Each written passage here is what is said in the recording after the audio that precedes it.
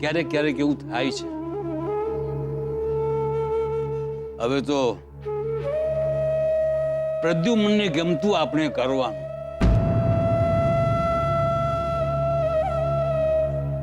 એટલે કે ગરીબ માણસોને દાન પુણ્ય કરવાનું અને કોટદેવીના મંદિરે પ્રાર્થના કરવાની. હું જઈ આવીશ કુળદેવીના મંદિરે. હા, હું પણ સ્વીટુ સાથે જઈશ દાદાજી. હા બેટા. દાદાજી એક વાત કહું, અમારે ત્યાં એટલે કે મેહોણાની પાસે જ ઊંઝા ગામમાં ઉમિયા માતાનું મંદિર છે. તમે કહેતા હો તો હું ત્યાં જઈ આવું. કાકા માટે પ્રાર્થના બી કરીશ અને ગરીબોને દાન દક્ષિણા બી આલી દઈશ. એ બાને થોડા દાડા મારા ઘરે બી રહે હું. શુભ કાર્ય માટે પૂછવાનું ન હોય દીકરા. તમારા બધાની આ ભાવના જ પ્રદ્યુમ્ન માટે શુભ છે. એક વાતનો ખ્યાલ રાખવાનો છે, પ્રદ્યુમ્નને ગમતું આપણે કરવાનું છે અને આજે જે પૂજા વિધિ અધૂરી રહી ગઈ છે એ બધાએ મળીને પૂરી કરવાની છે.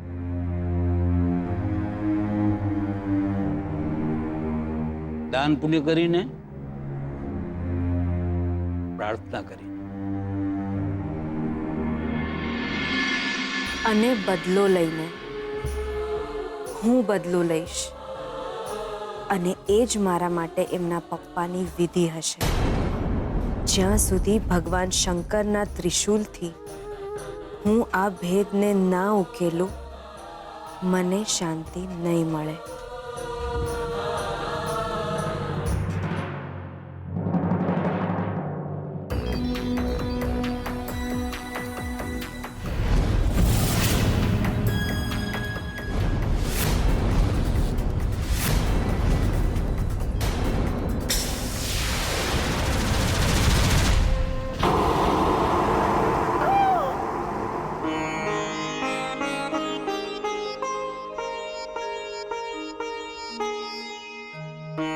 કેટલું સુંદર મંદિર છે.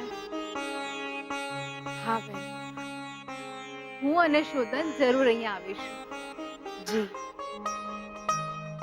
આવો આવો આવો. પૂજારીજી, હા? આ શ્રુતિબેન છે. મેં તમને વાત કરી હતી ને. હા હા હા, આ શોધનના જેની જોડે લગ્ન થવાના છે તે. જી. સુખી રે બેટા, સુખી રે. પૂજારીજી, એક માઠા સમાચાર છે. શું? શોધનના પપ્પાની પ્રાર્થના સભા હતી. શાસ્ત્રીજી પણ આવ્યા હતા. હા. પણ કંઈક ને કંઈક અપશકન થયા ને પૂજા વિધિ અધૂરી જ રહી ગઈ. પૂજા અધૂરી રહી ગઈ?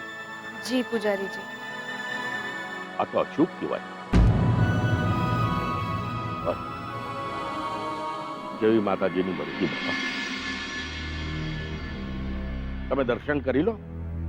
હું પણ પ્રાર્થના કરીશ કે પ્રદ્યુમ્નના આત્માને શાંતિ મળે. જી પૂજારીજી.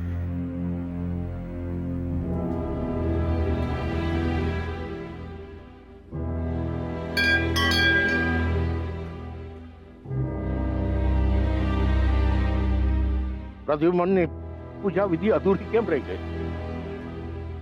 ન તો એના અગ્નિ સંસ્કાર થયા, ના એના અસ્થિ વિસર્જન, ના કોઈ મૃત્યુ પછીની વિધિ થઈ. કુળદેવી આટલી નિષ્ઠુર તો કેમ બની શકે પ્રદ્યુમ્નના મૃત્યુ માટે?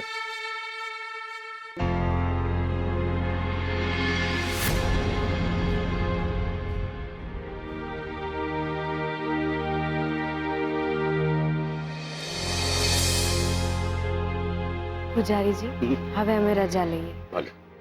અમરકાંતભાઈને મારી યાદ આપજો અને કહેજો કે જરૂર પધારે. ભલે. જય માતાજી. જય માતાજી. સરસ દર્શન થઈ ગયા ને.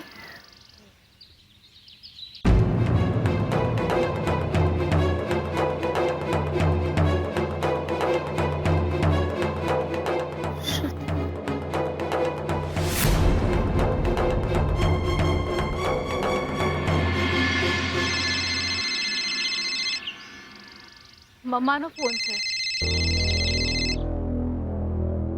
હા મમ્મા બોલ. શ્રુતિ, પૂજા વિધિ પતી ગયા? મમ્મા, શોધનના ઘરેથી કુળદેવીના મંદિરે આવ્યા છીએ.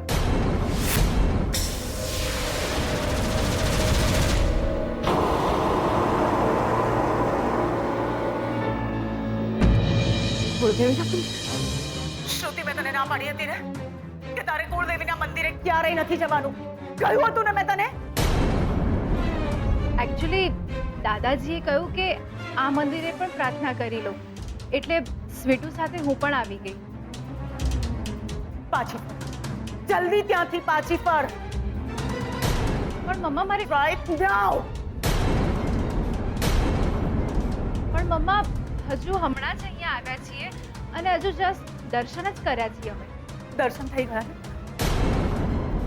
શ્રુતિ, અત્યારે ને અત્યારે પાછી આવ. પણ મમ્મા, સાંભળ શ્રુતિ, શ્રુતિ, તું ત્યાંથી સીધી ઘરે આવ. ત્યાંથી તારે આજુબાજુમાં ક્યાંય ફરવા નથી જવાનું. આજુબાજુમાં ક્યાં?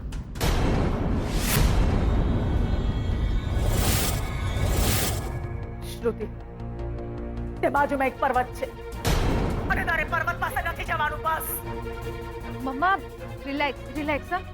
હજુ હમણાં દર્શન જ કર્યા છે અને ફરવા જવાનું તો કંઈ વિચાર્યું જ નથી અમે. કમ ઓન શ્રુતિ, મારે તારી સાથે કોઈ ચર્ચા નથી કરવી. પણ મમ્મા, શટ અપ શ્રુતિ. શ્રુતિ, એક તો તું મને પૂછ્યા વગર કુળદેવીના મંદિર સુધી જતી રહી છે. દર્શન થઈ ગયા ને તો તરત પાછી આવ. અને પ્લીઝ એ પર્વત બાજુ ફરવા નહીં જતી તું. હા મમ્મા, મારી શ્રુતિ, 1.5 કલાકમાં તું મને ઘરે જોઈએ. સાંભળે છે ને શ્રુતિ?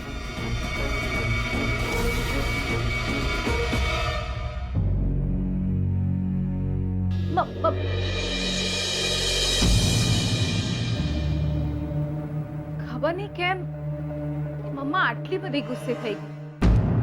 હા, પણ મને થોડી થોડી ખબર પડી રહી છે કે એ કેમ ગુસ્સે થયા છે. કુળદેવી માના સમ છે મને. જે કંઈ પણ ભેદ છે હું જાણીને રહીશ.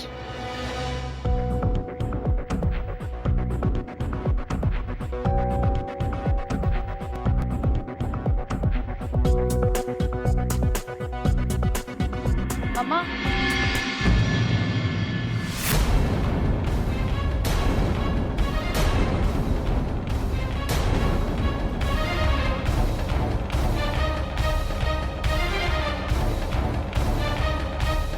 ક્યારની રાહ જોતી હતી હું તારી.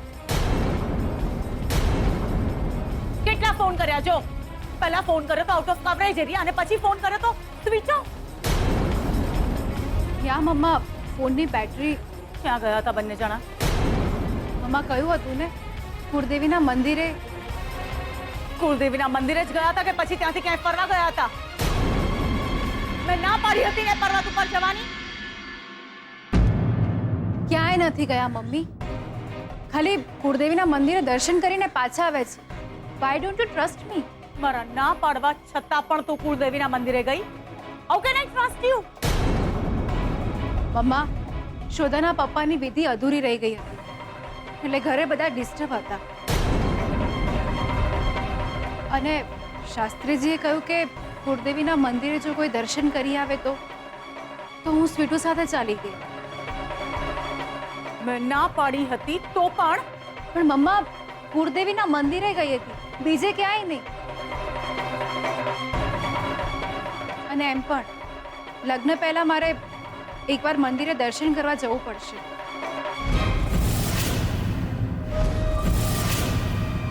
શોધનના ઘરનો રિવાજ છે કે જેમના લગ્ન થવાના હોય એ કુળદેવીના મંદિરે જાય.